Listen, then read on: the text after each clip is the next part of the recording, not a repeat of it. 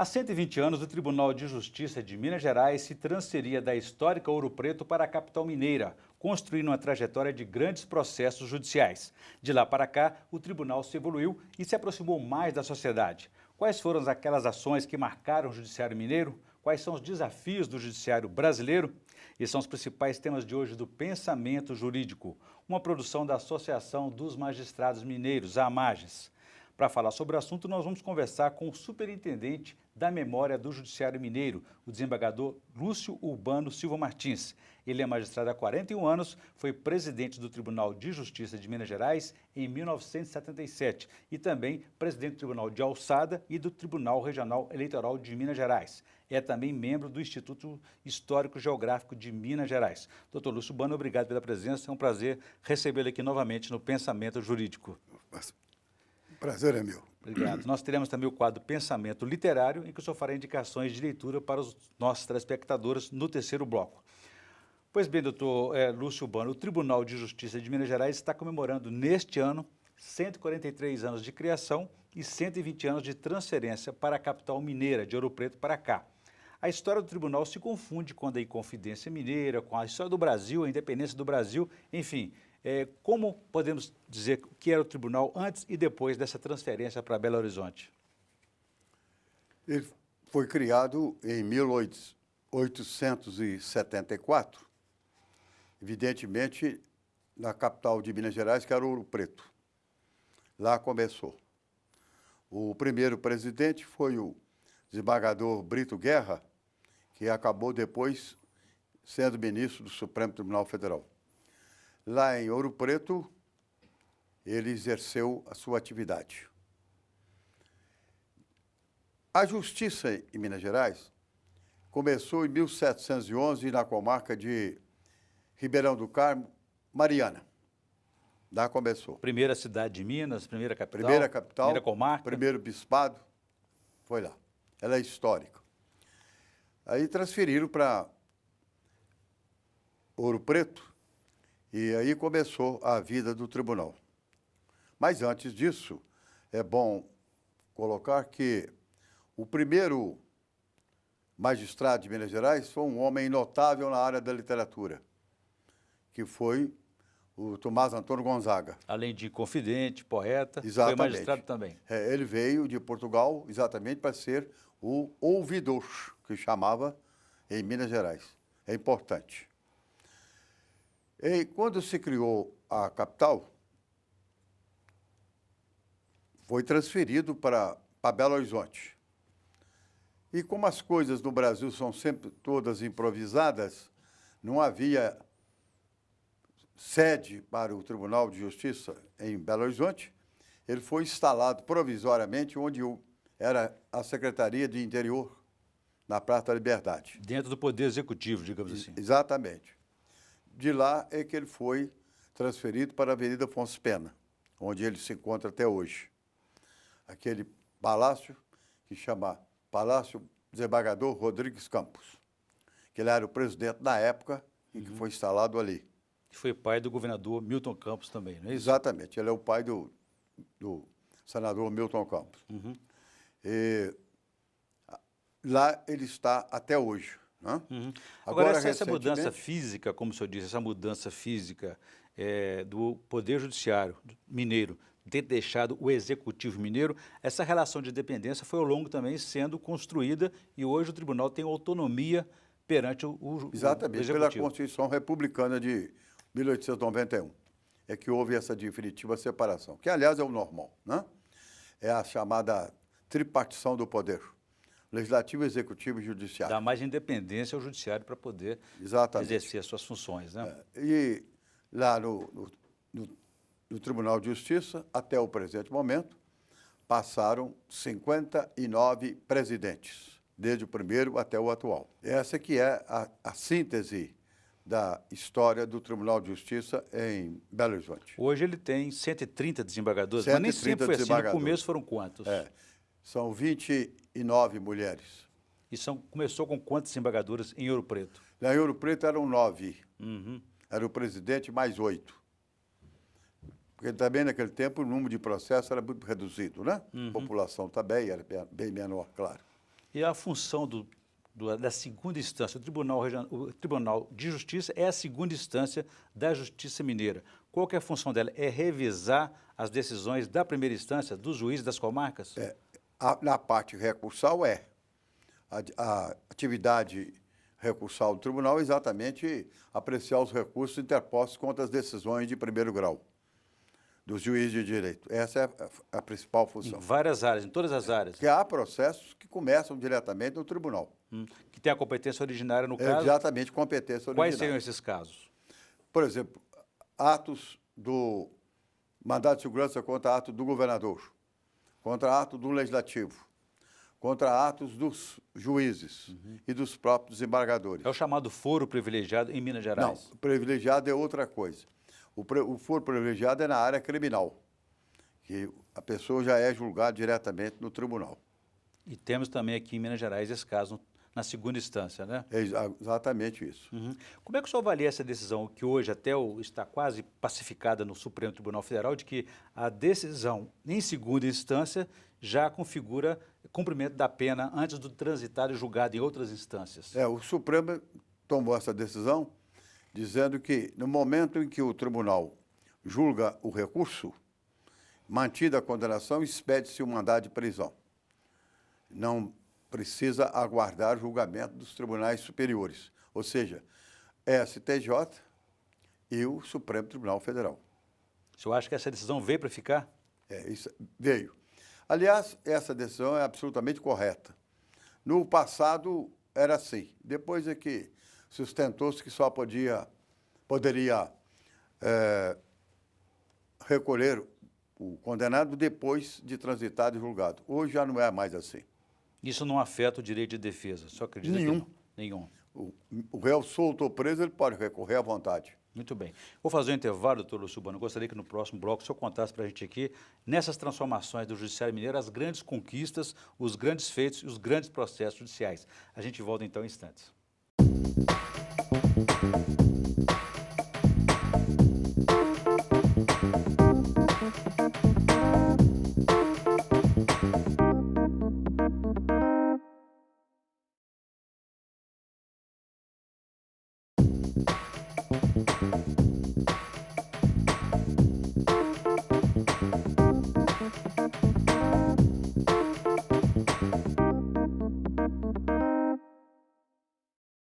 Estamos de volta com o Pensamento Jurídico, uma produção da Amages. Participe de nosso programa pelo e-mail pensamento@amages.com.br. Hoje estamos discutindo sobre a história do Tribunal de Justiça de Minas Gerais, que neste ano completa 120 anos de transferência da histórica Ouro Preto para a capital mineira. Nosso entrevistado é o desembargador Lúcio Urbano Silva Martins, que é superintendente da memória do Judiciário Mineiro e foi presidente do Tribunal de Justiça de Minas Gerais. Doutor Lúcio Urbano, nem sempre o Tribunal de Minas Gerais teve jurisdição própria, ele se remetia ao Rio de Janeiro, tanto é que Tiradentes foi julgado lá, não é isso? Porque na época dele ainda não havia sido instalado o Tribunal do Estado de Minas Gerais, que teve o nome, primeiro era o Tribunal da Relação, das Minas Gerais. Mudou de nome várias vezes, 1874, o processo dele foi anterior. Entendi. E após a proclamação da República, isso mudou? Mudou de nome também? Aí passou para o Tribunal da Apelação. E depois, com a Constituição de 46, Tribunal de Justiça. E na avaliação do senhor, avaliação histórica, quais são as principais conquistas do Judiciário Mineiro? Em que área? Bom, na aproximação com a sociedade, nós dissemos um pouco aqui que ele evoluiu e se aproximou mais da sociedade. Desde o princípio, o tribunal sempre exerceu sua atividade maior, que é exatamente o jurisdicional, julgar as demandas na área civil e criminal, né? Na área civil inclui também os tributários. Essa que é a principal atividade. Em todos os estados do Brasil existe o Tribunal de Justiça. Então, a nossa principal função aqui é essa, de julgar os recursos. O senhor, quando foi presidente do tribunal, criou um programa chamado Conhecendo o Judiciário por Dentro. Como é que funciona esse programa? Quando eu assumi a presidência do Tribunal de Justiça, eu já tinha a informação de que o povo não conhecia o Poder Judiciário. as entrevistas, as pesquisas de campo mostraram isso. Concluído esse trabalho, deu-me a ideia de criar Conhecendo o Judiciário, que é exatamente para o povo saber o que é poder judiciário. E, em consequência disso, nós começamos a levar o judiciário para as escolas, para as entidades municipais. Os juízes comparecem perante as escolas primárias, secundárias, etc., para explicar o que é o Poder Judiciário, para que eles possam tomar conhecimento, que é um direito constitucional importantíssimo, ter o Poder Judiciário. Daí o nome, Conhecendo o Judiciário. Isso, naturalmente, também ampliou o acesso do cidadão ao judiciário. Ajudou perfeitamente, em consequência disso, a demandar mais. Conhecendo o que era o judiciário. E esse programa ganhou o Prêmio Nacional. Logo depois que ele foi lançado, inclusive eu, como presidente do tribunal, fui a São Paulo receber o prêmio na área da comunicação. Foi muito importante esse programa. Agora, também, por outro lado, a demanda cresceu muito. Como é que o senhor avalia hoje a carga processual, que é o grande desafio do judiciário? Isso aí tem três atender? motivos. O aumento da população, é claro que vai aumentar o número de processos. Segundo, o problema econômico. Todo o desenvolvimento da economia nacional reflete no judiciário porque aumenta o número de demanda. E terceiro, a politização do povo, que passou a perceber que ele tinha direito de discutir suas reivindicações perante o Poder Judiciário. E um outro motivo também foi que aumentou muito o número de advogados. Eu me lembro, por exemplo, quando eu me formei, em Belo Horizonte tinha duas faculdades, a Federal e a Católica. Hoje são dezenas delas. Isso também influiu muito. Quanto mais profissional do direito, maior o número de demanda, é claro. E hoje vivemos um movimento contrário, de buscando a desjudicialização, ou seja, evitar as demandas judiciais, buscando a conciliação, outros meios de evitar essa interferência excessiva do Estado. Esses programas foram implantados com muito sucesso. Os juizados especiais, pequenas causas, os juízos de conciliação, que inclusive com participação de leigos, isso tem ajudado muito. Porque quando o juiz sabe conduzir o processo, de um modo geral, ele arremata o processo em primeiro grau. Na primeira audiência, ele faz a conciliação das partes, principalmente na área de família, que é muito importante para não haver o conflito. E além de evitar o processo e restabelecer essa relação entre Só as quando partes. não tem jeito é que o processo prossegue e acaba chegando o recurso. Entendi. Lá. Agora, por outro lado, também caminhamos aí com o uso da tecnologia para os processos judiciais eletrônicos. Isso também vai trazer um avanço muito grande para a resposta do judiciário à sociedade, né? Hoje, a mentalidade hoje é evitar a demanda. Conciliar as partes é muito melhor, muito mais saudável do que sustentar uma demanda que demora muito tempo. Posso até contar aqui que um colega nosso fez um trabalho de pesquisa e mostrou, publicou, que numa pequena demanda pode haver 89 recursos. Isso é muita coisa, porque, infelizmente, o direito processual brasileiro não está de acordo com a dinâmica da vida moderna. Já está ultrapassado. E toda reforma que se faz do processo não se mexe no ponto nevrálgico, que é esse. O excesso de recursos. Só cuidam de parte, assim, digamos, teórica, de melhorar o desenvolvimento dos processos. Mas isso não resolve o problema. Isso seria uma estratégia para adiar uma decisão e impedir que ela aconteça. Não interessa, às vezes, alguma parte que isso chegue a esse desfecho, né? A conciliação é melhor porque evita exatamente o litígio e evita o aspecto emocional entre as partes. E já sai de lá com o problema resolvido. Aliás, isso começou na Justiça do Trabalho, né? Ela veio na década de 40, no governo Vargas, que se criou a Justiça do Trabalho. Lá todo processo começa com audiência de conciliação. E hoje nós fazemos isso normalmente na Justiça Comum. E a Justiça Comum tem a primeira instância e a segunda instância. Nem sempre elas estavam separadas como hoje. Elas conviviam lado a lado no mesmo prédio. Por que essa mudança? É pelo seguinte, é só a questão de comodidade só. Não tem nenhum aspecto legal que tenha obrigado a isto. É questão de prédio. Eu dou um exemplo que é triste. A comarca de Belo Horizonte, que é a capital do estado, só teve o primeiro prédio próprio de fórum na Rua Goiás 50 anos depois de comarca. Eu, por exemplo, quando jovem, comecei a trabalhar lá, a primeira instância era junto com o tribunal. Os juízes de direito ficavam embaixo e os desembargadores em cima. E como o Milton Campos, governador Milton Campos, era advogado, militante e brilhante, mas advogado mesmo, não é advogado só de nome, não. Ele percebeu isso e assim que ele assumiu, ele conseguiu construir o prédio da Rua Goiás. Muito bem.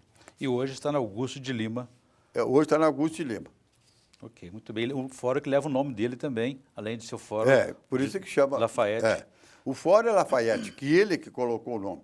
Em homenagem ao conselheiro Lafayette, foi um dos maiores civilistas do Brasil. Não é porque ele foi político, mas porque ele foi, antes de tudo, um grande jurista. E, em homenagem ao Milton Campos, colocou-se o prédio Milton Campos. Muito bem. Vou fazer um novo intervalo, doutor Lúcio Bano. Eu gostaria que no próximo bloco só contasse um pouco para a gente dar grande contribuição no campo de direito dos mineiros para o Brasil. A gente volta em instantes.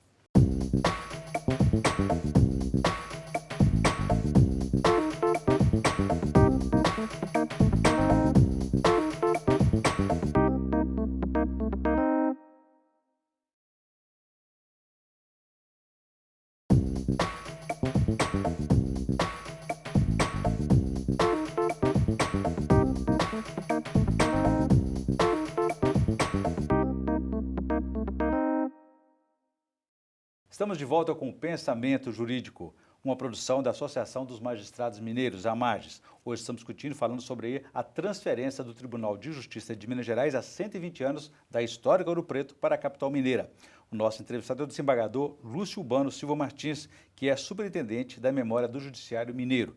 Doutor Lúcio Bano, então, eu perguntei para o senhor no bloco passado, bloco anterior, sobre a contribuição de Minas no campo do direito para o país. Qual que foi? Duas grandes contribuições. Primeira, relativamente ao Poder Judiciário, que sempre foi respeitado, sempre julgou com brilhantismo e dinamismo. O magistrado mineiro, graças a Deus, é muito respeitado por esse motivo. E a segunda contribuição, que não é menos importante, até pelo contrário, é a quantidade de juristas mineiros. Minas Gerais é o estado de grandes juristas brasileiros, juristas notáveis. Foram até ministros do Supremo Tribunal Federal, vários deles, né? Alguns chegaram ao Supremo, como Hermenegildo de Barros, Orozimbo Nonato, Antônio Martins Vilas Boas, Carlos Fulgêncio da Cunha Peixoto e outros que... Carlos Veloso, recentemente, né? Mas o Veloso não foi da Justiça Estadual, é da Justiça Federal, também respeitável.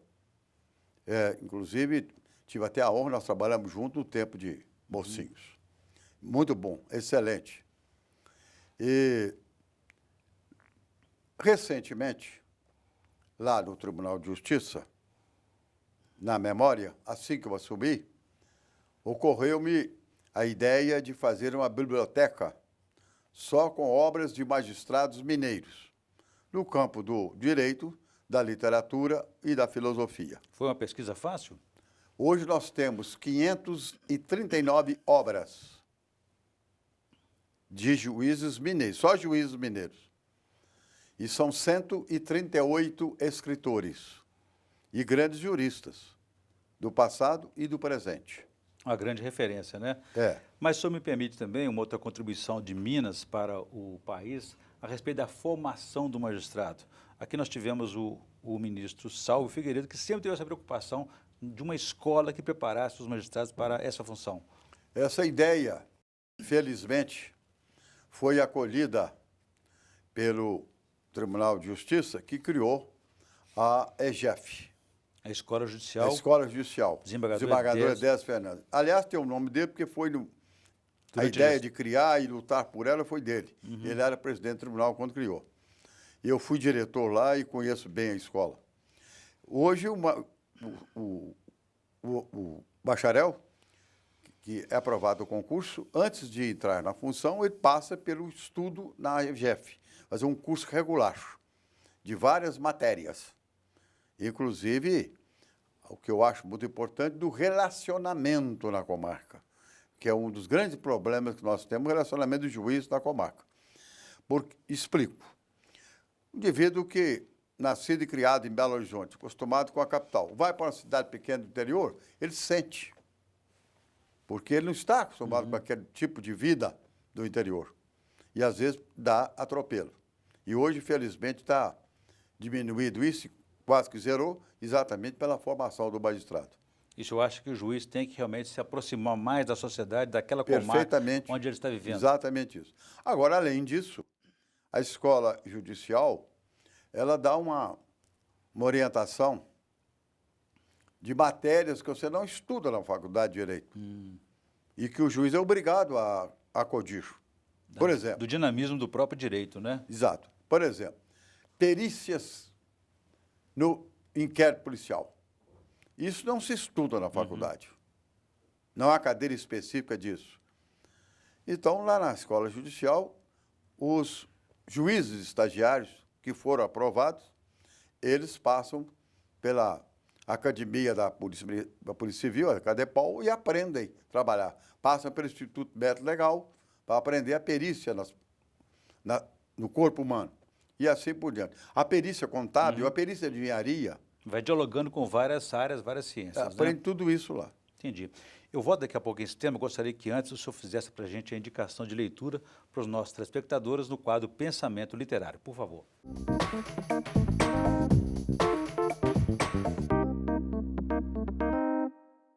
Para mim, a grande obra da literatura brasileira é do imortal Machado de Assis, que para mim é o maior escritor da língua portuguesa.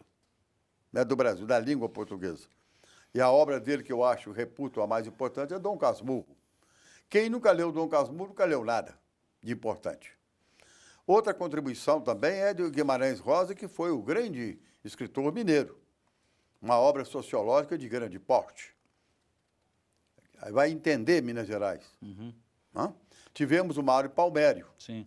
que era lá de Uberaba. Também deixou uma obra notável. Então, esses são as obras literárias, para nós mineiros, mais importantes. E Machado de Assis sempre dialogou muito com o campo do direito, né?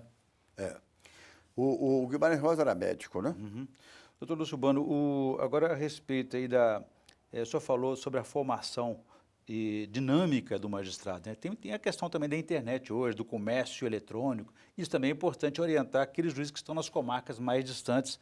E isso a escola também faz essa formação continuada? Com a implantação da internet, da processo eletrônico, dinamizou muito o judiciário. Antigamente, o juiz tinha muita dificuldade de fazer pesquisas, porque tinha que fazer pesquisa em livro. Nunca ele tinha o livro, nem era possível. Hoje eles fazem a pesquisa com maior facilidade via computador. Isso ajudou demais, dinamizou demais o Poder Judiciário. E, além disso, a própria escola judicial, assim como a memória do judiciário mineiro, tem um acervo enorme de livros e até de processos judiciais que eles podem consultar à distância. Lá na memória do judiciário, você vai me permitir fazer um parênteses? Por favor. Recentemente, eu consegui uma grande vitória. Eu fiquei muito feliz. Consegui publicar a história das comarcas de Minas Gerais, chama Comarcas de Minas. São 1.700 páginas, 3 volumes. A história de todas as 296 comarcas. De todos os juízes que passaram por elas. Todos os juízes que passaram pelas comarcas, todas elas. Todos estão lá. Inclusive os 500 e tantos embargadores que passaram pelo tribunal, tem a história deles, as comarcas, o local onde ele nasceu, porque muitos não são mineiros. E hoje a cidade que mais deu juízo foi Belo Horizonte, pelo tamanho dela, pela importância de ser capital. Ou seja, a história dos processos judiciais também é a história dos mineiros, né? A vida contada aí pelos processos. Esse livro, felizmente, teve uma grande repercussão, porque resgatou a história do Judiciário Mineiro. Mas antes desse livro, eu já havia escrito outro anterior sobre a história do Tribunal de Justiça. Primeiro fiz do Tribunal de Justiça, depois eu fiz a história das comarcas. E agora, no presente momento, eu estou trabalhando na história dos servidores. Fechando o tripé. Que contribuem muito para o aperfeiçoamento do Judiciário. Muito bem. Eu conversei aqui com o desembargador Lúcio Urbano Silva Martins, que é superintendente da Memória do Judiciário Mineiro. E falamos aí sobre a história do Tribunal de Justiça de Minas Gerais, desde sua criação e transferência há 120 anos, completados neste ano, da histórica Ouro Preto para a capital mineira.